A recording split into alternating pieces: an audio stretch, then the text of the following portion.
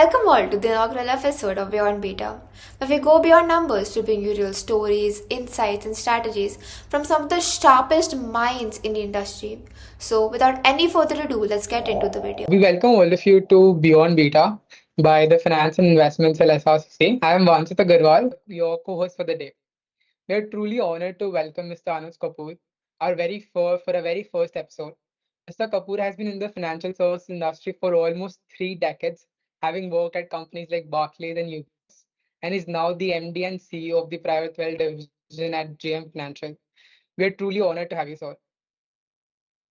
Thank you. It's my pleasure to be here. Lovely to be talking to my ex-college students. I graduated from SRCC in 1996, so it's a pleasure. Absolutely. So starting right at where you began, talking about SRCC itself, you said you graduated in 1996. It's been almost 3 decades now since that. Can you talk a bit about your experience at SRCC? How the classes were back then. If you had any favorite professors, clubs, or what sort of college life you had. Sure. I think those 3 years at SRCC were actually amongst the most fun years of my life. I always remember those years very, very fondly and cherish those memories. And yes, they were very, very formative in terms of my personality as well. I made some of the best friends, the best relationships that I've had over the years, and some of those friends continue to remain my best friends today. And just the whole environment, the whole vibe of the college, the professors, the canteen, the standing outside. Everything is just something that I cherish. It was something that a person coming out of school. I didn't have any friends when I got into college. There was hardly anybody from my school, so the whole experience of going through ragging was actually very, very exciting.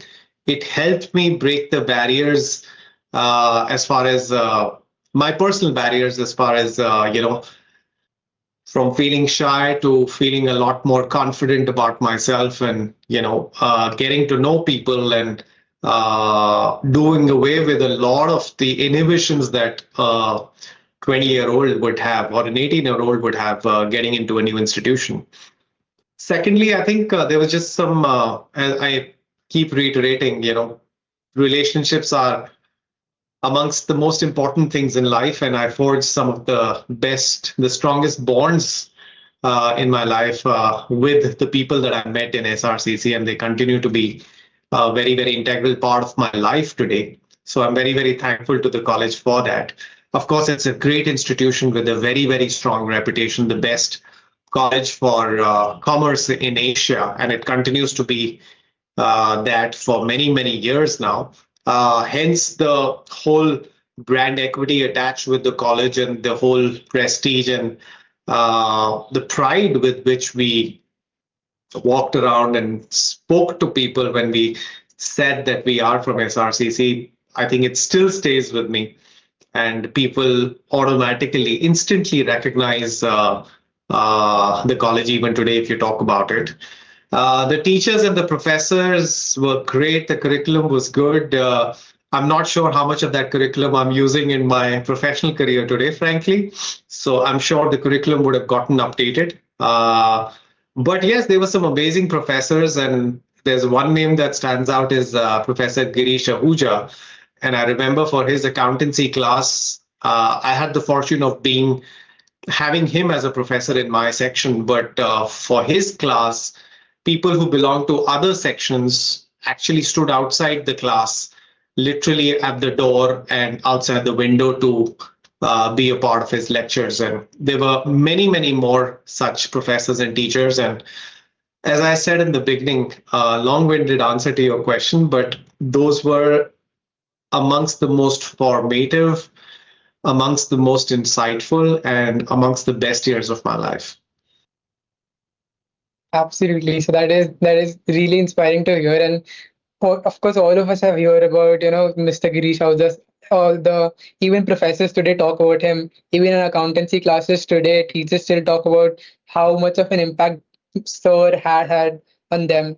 So I'm pretty sure it must have been a great experience to just teach on being taught by him directly.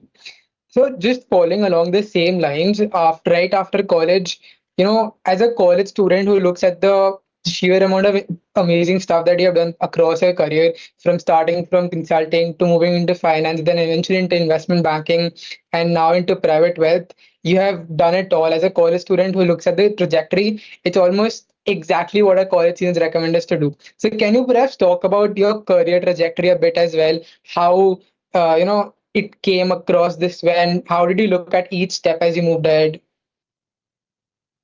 Sure, I'm not sure if I've done it all because there's a lot more to life than finance, and there's a lot more to finance than what I have done.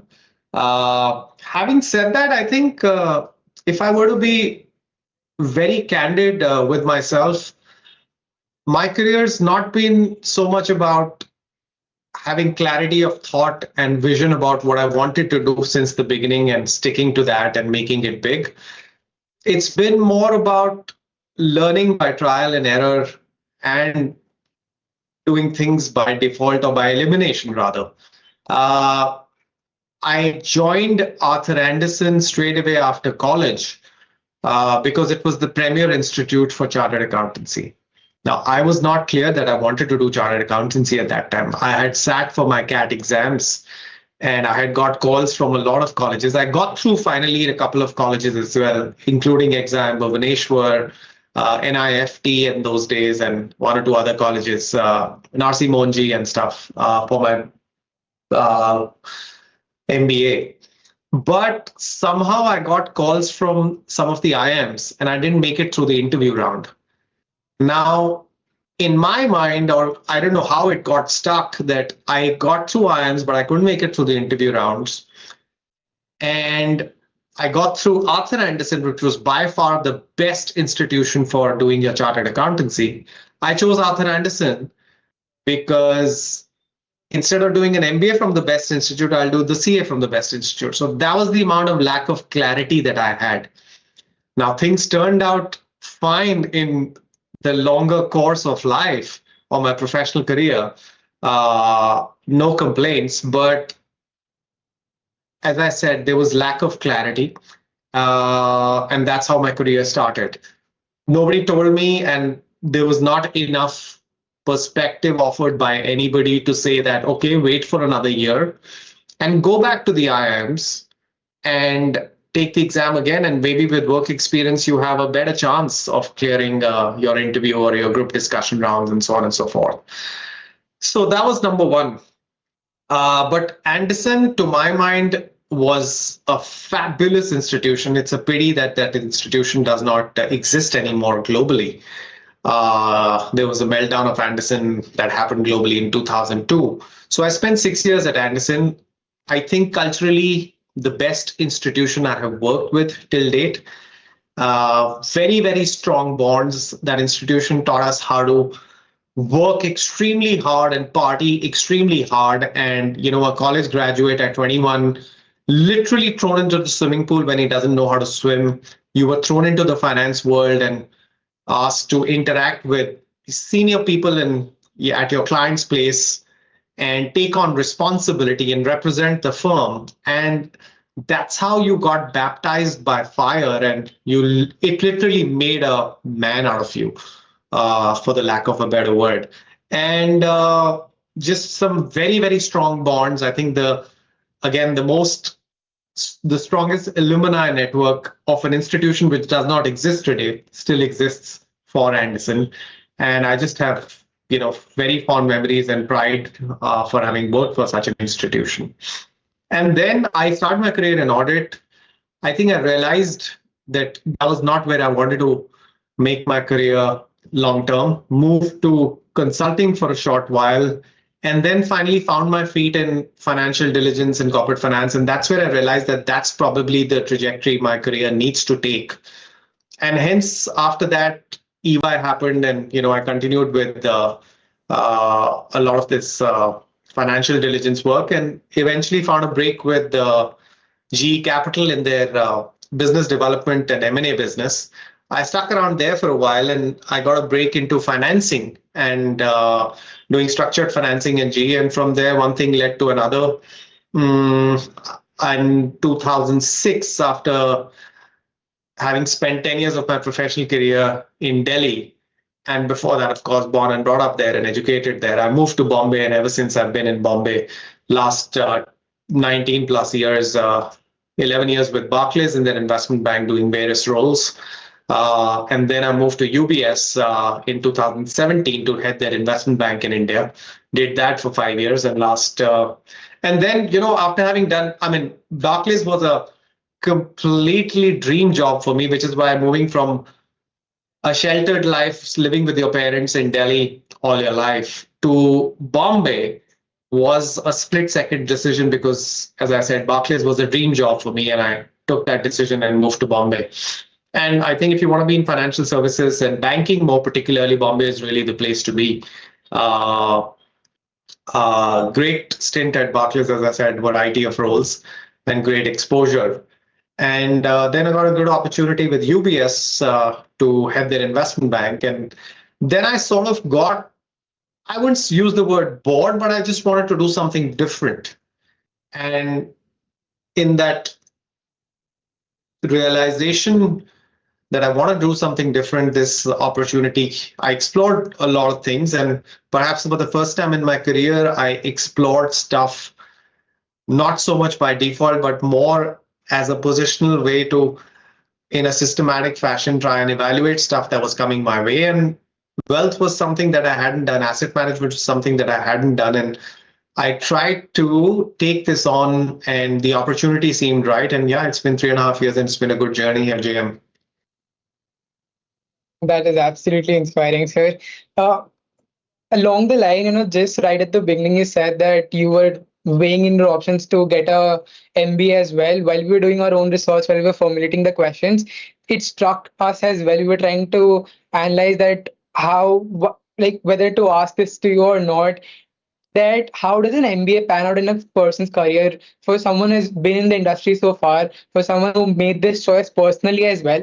Do you think that an MBA is more worthy, or like in your own personal experience, you said that your stint at Anderson was taught you the most, and it made you a man for your entire life. So how would you recommend to someone who's at his 21, who has just graduated or is trying to figure out what to do next? What should they do in their career if they want to get into consulting, finance, any domain? Should they consider going for an MBA? Take up 1 or 2 years of studying, do an MBA, or just go for that work experience and figure out eventually? Yeah, not a straightforward answer to that question. I don't unfortunately have that. I think a few things I'd like to point out. One, having clarity of thought is very important. And I see that today with all the exposure to technology, to media, to even people around you and friends, the youth of today has a lot more clarity about, certainly you have a lot more exposure about what the opportunities are and what the options are. And mentorship is also available. And hence you can figure out, at least with a lot more clarity in terms of what you want to do. Now, that is extremely important. If you know what you want to do, if you know what you are passionate about, then you got to follow your dreams. Just try and figure out what you want to do. And that may not be the ultimate thing. And ultimately, 1 or 2 years down the line, you may not like it. You may decide or figure out that you want to do something else, or something else may start appealing to you.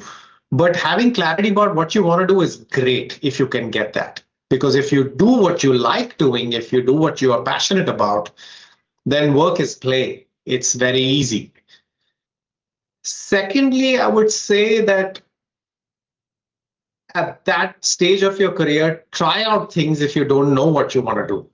Figure out stuff, gain work X before deciding CA, MBA, law, whatever other degree you want to pursue. Education is something that you gotta keep on doing, whether through an institution or even at your professional career. You gotta keep educating yourself somehow or the other. You gotta keep enriching yourself, otherwise you'll be outdated in no time, especially in today's times. And secondly, also, your career is a marathon. It's not about one or two careers, it's about 30, 40 years. And hence, you gotta really invest that time to figure out what you like doing, what you don't like doing. And sometimes what you don't like doing helps you decide what you like doing, like in my case. And hence, don't worry, don't get bogged down about 1 or 2 years here or there. Embrace stuff in terms of learning, in terms of experiences, and then try and listen to your inner voice in terms of what is it, and don't look for external validation. Hear advice around you, hear what people have to say, but or share from their experiences, but then decide based on what you are doing, what you want to do, what's coming from within, and go all out, be convinced about that, feel confident about that. So those are perhaps some of the pointers I would say. Otherwise, it's really dependent on personal aptitude from a long-term perspective. What is it that you want to do? You want to be a scientist, an astronaut, or an athlete, or whatever else you want to do, and then pursue things that gradually get you in that direction. All right, so that makes perfect sense. We'd like to move ahead to the next section now, sort of. So, talking a bit more about private wealth specifically, you have worked Mhm. at global firms as well, and along the same lines of more exposure, more opportunities, the same also applies to clients. Since the information available to the clients, even especially in the private wealth division, has been more democratized, how do you see a difference in expectations in Indian clients and global clients, especially in the field you're working in? Yeah, clients are clients, whether they're Indian or global. And even in my current profile, while I work for an Indian firm, we do deal with some global clients as well. But yes, not so much. But I think some finer differences I would perhaps point out. I think global clients or globally clients are perhaps more attuned to very direct and efficient forms of communication. They're very punctual. There is a strong emphasis on deadlines. Uh, there's a strong focus on technology, on digital support, and things like that. As opposed to that, or in contrast to that, Indian clients are perhaps more relationship focused. They're more attuned to personal interactions, and hence they may prioritize relationship building over a lot of other things, personal interface over and human touch over perhaps that higher form of customer service. They may compromise on certain aspects of customer service as a by being more physically in touch with your service provider. So and they're more flexible in terms of your approach to time sometimes, and negotiations are the name of the game more in India versus overseas. So yeah, I think global clients are more technology savvy and Indian clients are more hands-on. They prefer localized support, and uh, I think they're more relationship oriented.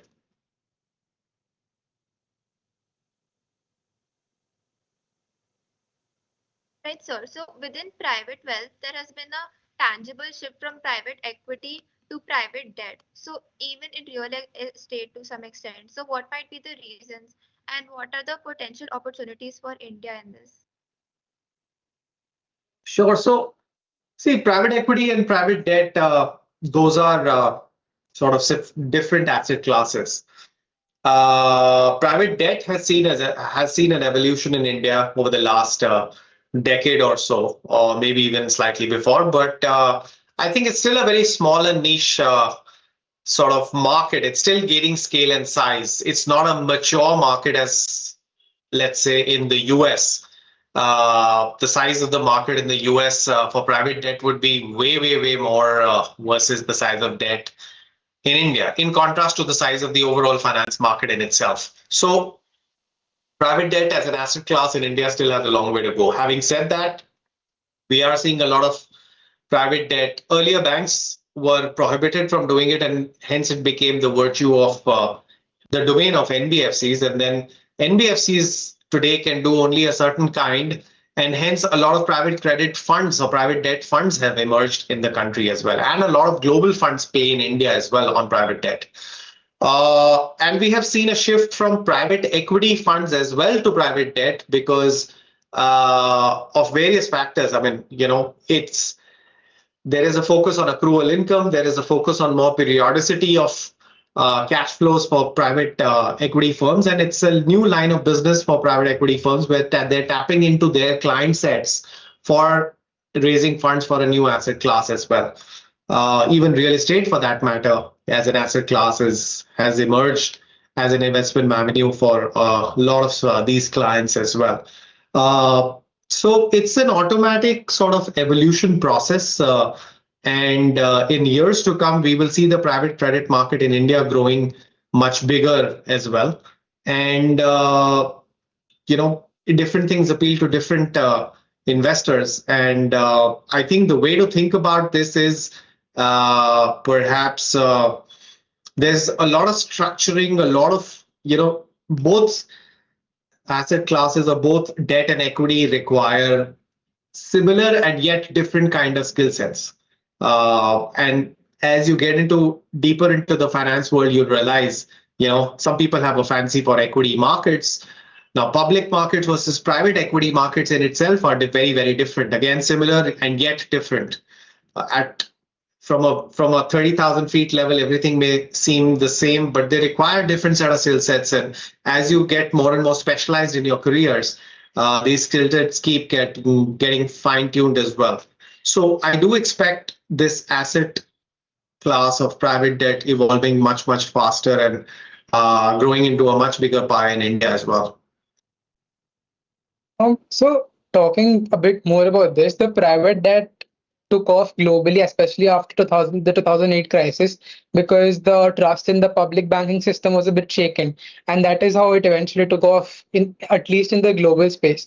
Do you see something of a similar sort happening in India, especially because wherein the public people still hold a much more of their trust in the public banking system than in most of the private banks?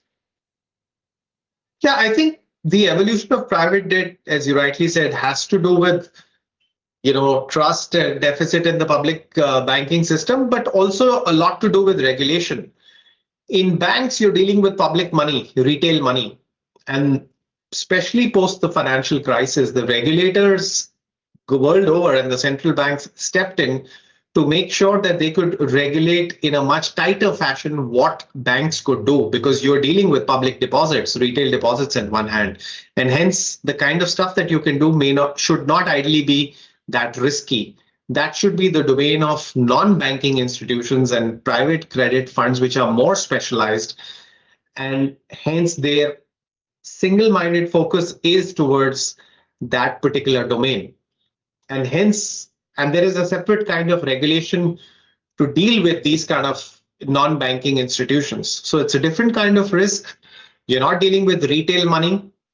Yes, investors are interested in this asset class for the higher risk, clearly, and higher returns that are commensurate with that higher risk. So regulation also had to play a key role as far as the evolution of private credit is concerned.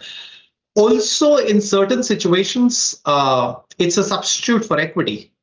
Uh, you may need to bridge a situation where you're eventually raising equity, and private credit could provide that bridge. Or in certain situations, you may need to do more stuff in the business before it's ready for equity, whether it's in the public markets or private markets. And private credit is really where the solution lies in those situations.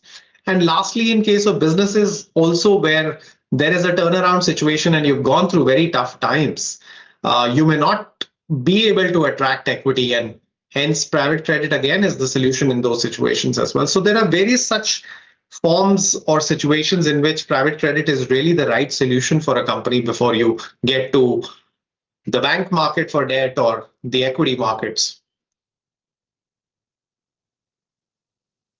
Right, right.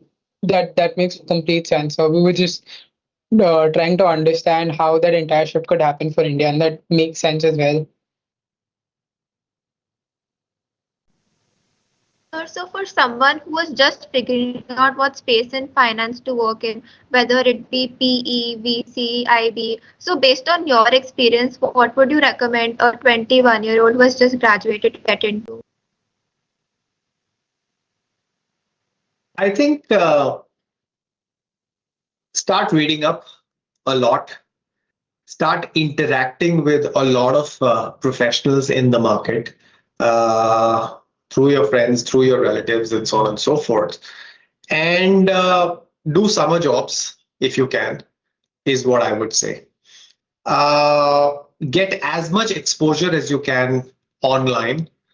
Today, there are various forms of tools available to educate yourself. Take a course in AI, for instance, or machine learning, for instance.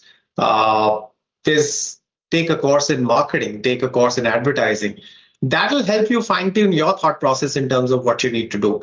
Now, as far as building up a career in finance is concerned, again, there are various segments. You could work for a bank, and banking is not the only segment. I mean, there's private equity, there's private credit, there's various other things that one could end up doing. I think gaining experience in these fields through courses, through interactions with people, or working through internships in some of these firms would probably be the best way to enrich yourself, and that will help you develop your thought process in terms of where your interest lies. Otherwise, I'm sure there are campus placements for you guys as well. And then as you figure out whether you do an MBA or a master's in finance, or a CA or any other finance degree that you ultimately uh, move towards, as you go through this educational journey in your careers, you will fine tune your thoughts in terms of where you get to in terms of your career as well. But be true to yourself and true to your heart. Uh, Somewhere deep inside, you will know the answers of what drives you. Somewhere deep inside, and you may not have all the answers, which is absolutely fine. But those answers will come from inside you rather than the external world, which is actually a very useful guide. People will share experiences, and that's a very, very helpful guide. But what may be true for somebody else may not necessarily be true for yourself.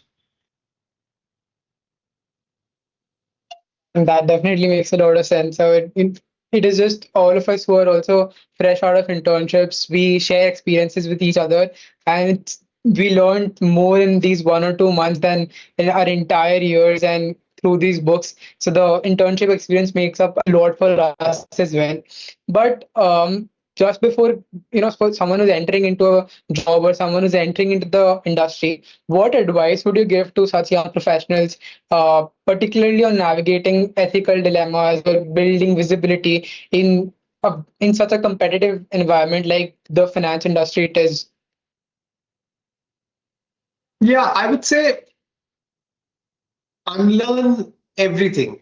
When you're starting out in your careers, start with an absolute clean sheet of paper and let your experiences, let your environment, let your inner talk fill up that piece of your life, that piece of paper of your life.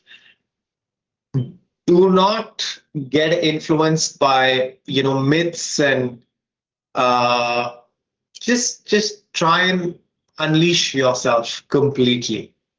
Uh, do not seek external validation.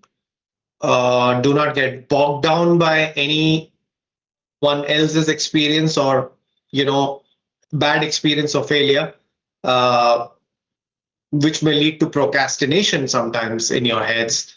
Uh, just discard any fixed mindsets about career progression, about work-life balance. Just start afresh with a clean slate. Let there not be any limiting belief as far as, uh, like a fear of failure, or the need to be perfect. Uh, just let that not inhibit you. Just embrace flexibility, just embrace new, fresh perspectives, continuous learning, take initiative, be hungry. There is no substitute for hunger when you're starting out your career.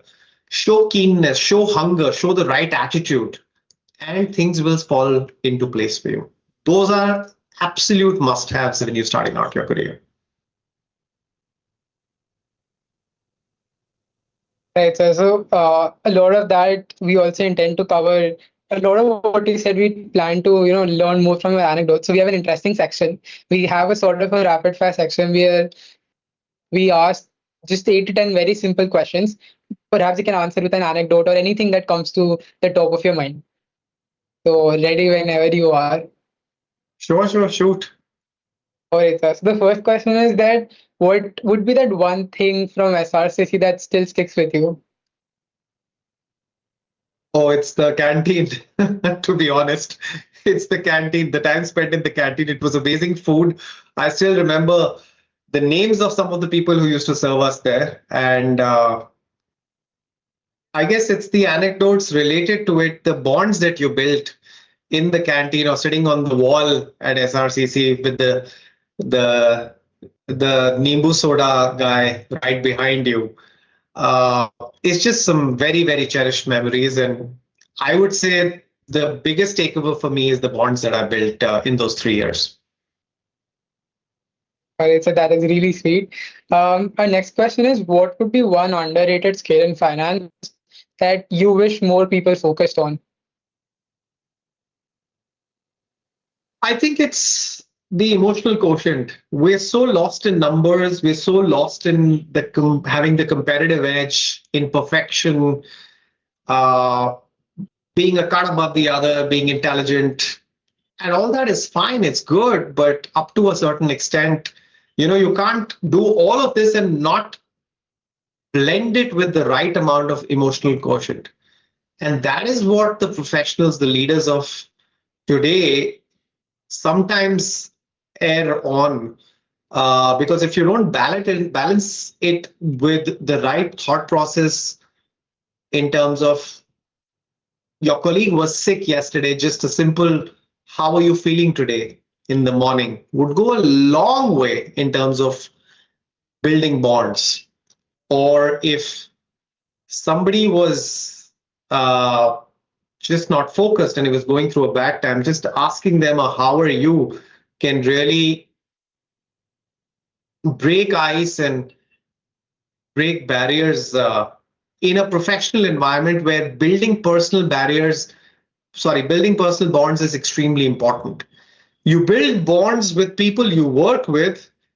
There is no amount of hard work, there is no amount of intelligence, there's no amount of perseverance that can substitute for the emotional bonds that you build. And hence, the emotional quotient of a professional needs to be high. And I think that's a very underrated characteristic in today's professional world. Right, so that message should go definitely go to all the people out there, and we'll also definitely keep that in mind as we grow ahead. So the next question is, what would you be doing if you were not in finance? I would probably be a reporter. I sometimes dream or think about what I would have done if I was not in finance. I would have probably been a reporter or a model, maybe. Those are the two careers which catch my fancy. Okay, so one cold email that you still remember receiving or sending, and why? I still do cold emails, so I think there is no embarrassment. There's nothing small about doing a cold email or a cold call. I have done multiples of them. I remember reaching out to this guy called Griffin at Tiger once through a cold email. He was a very senior person. He was heading Tiger Global at one point of time, one of the two senior partners there. And it elicited a response from him and it got a conversation going. Presumably, it was a matter which was of interest to him as well. But there have been multiple emails or cold calls to founders to promoters, and today they are clients of mine and or of the firm. And over the years, the relationships have gotten enriched. So please don't shy away from that at all. That is truly inspiring. Um, Another question, which again inspires from something you said, what is something that you wish more young professionals unlearned early on? As I said, those myths that you carry, that work life should be like this is the balance I need to achieve, these are the number of hours I need to work, uh, this is how my career should progress. All those myths should be done away with. Those are cobwebs literally polluting your mind. And start with a clean slate and let life's experiences dictate the kind of perspectives that you want to build. Right, so, what is one financial myth or a market cliche that you absolutely hate hearing but keep doing in a dinner table conversation or some conversation that always keeps striking off? I think some people believe that investing in markets, in stock markets, is akin to gambling, and I don't think that's the case. And it does come up sometimes. Even one or two of my friends believe that. And yes, you can lose money, but there is a lot of science that goes behind, especially as a finance professional, we all understand there's a lot of science that goes behind stock markets and investing in stock markets. So that's perhaps one thing which is, I believe, is inaccurate. That makes absolute sense. This one is a bit personal. How did you spend your first salary? I remember giving it to my parents and them giving it back to me to asking me to spend it on myself. So I did buy a gift for my parents with my first salary, and perhaps just went out with my friends. So nothing very fancy, but yes, I think I'm still very traditional in my mindset that my first salary went to my parents first. Right, so, and the last one is, what is that one non-finance skill that you picked up early in your career that helped a lot in your journey?